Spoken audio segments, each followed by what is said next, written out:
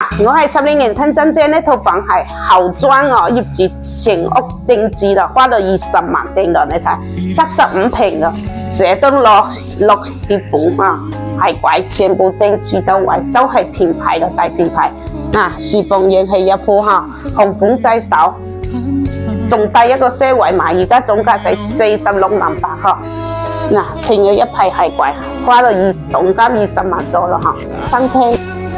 用乜嘢都做好了哈，從呢度過來300也係品牌的電視櫃，電視也好大哈。從那邊係精南小巷75平的，採光非常好，日光你睇可以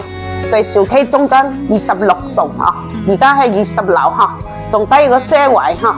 非常平啦，當時買到890萬，而家只需要46萬8可以拎包入市哦。所見即所得啊！所有櫃子乜嘢都係你的啦，買落嚟送3年空調乜嘢都做好俾你嗬，等升等力等時間，業主非常有品味咯。定制乜嘢嘅顏色都配得好靚，嗬！洗手間跟10分嚟，呢個房間嘢係做好啦，床乜嘢都俾你分好啦，呢櫃子。空調燈都係好有特色啊，係好靚嘅一套房啊，保養到9點9成新啊，仲帶個車位，有興趣直接用我10年倉真姐睇樓，關注我仲更多兩種款等你啊，拜拜。